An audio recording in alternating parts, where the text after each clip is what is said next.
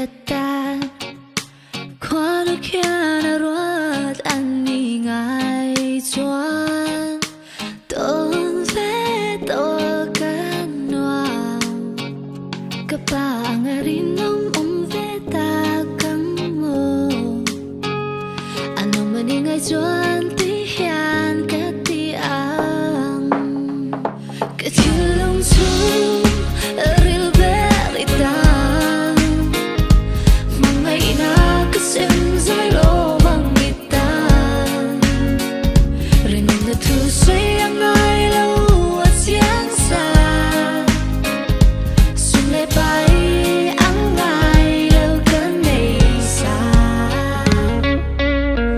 Lo kalagak yang ayan Mangay iniyang di ka tiyang ang selong pang lola Leng dangang nga lemang termi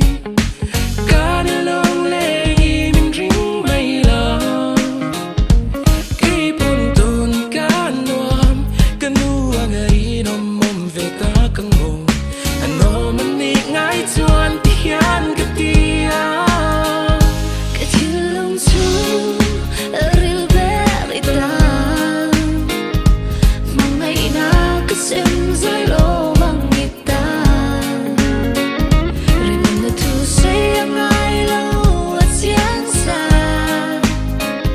Sumlay pa'y ang ay lo kanay sa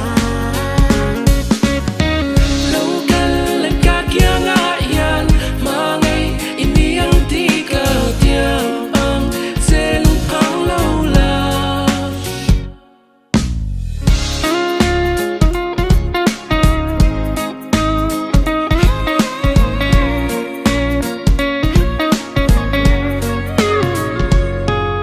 Sumlay pa'y ngay lo kanay sa